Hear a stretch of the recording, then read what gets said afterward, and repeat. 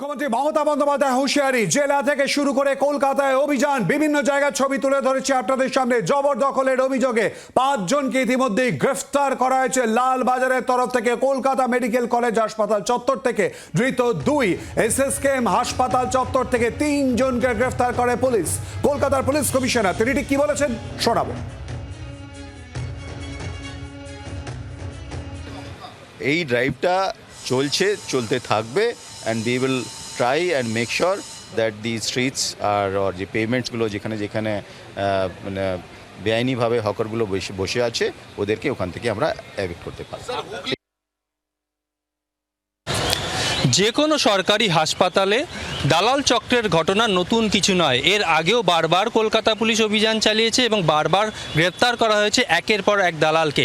তারপরেও কিন্তু দেখা যাচ্ছে বিভিন্ন সরকারি হাসপাতালে গজিয়ে উঠেছে এই সমস্ত দালালদের চক্র। পুলিশ সূত্রে জানা যাচ্ছে কলকাতা পুলিশের লালবাজারের গোয়েন্দারা বিভিন্ন জায়গায় তারা হানা দেন। এরপর মঙ্গলবার রাত্রিবেলা কলকাতা মেডিকেল কলেজ হাসপাতাল থেকে 2 জন দালালকে গ্রেপ্তার করা হয়।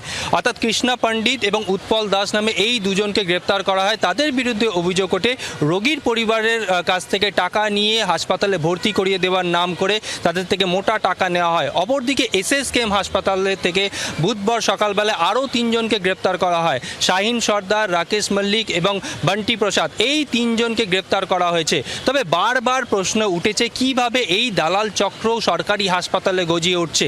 সেই বিষয়ে অবশ্য তদন্ত করে দেখছেন তদন্তকারী কর্তারা। জি 24 ঘন্টার জন্য ক্যামেরায় প্রশান্তর সঙ্গে রনয়, কলকাতা।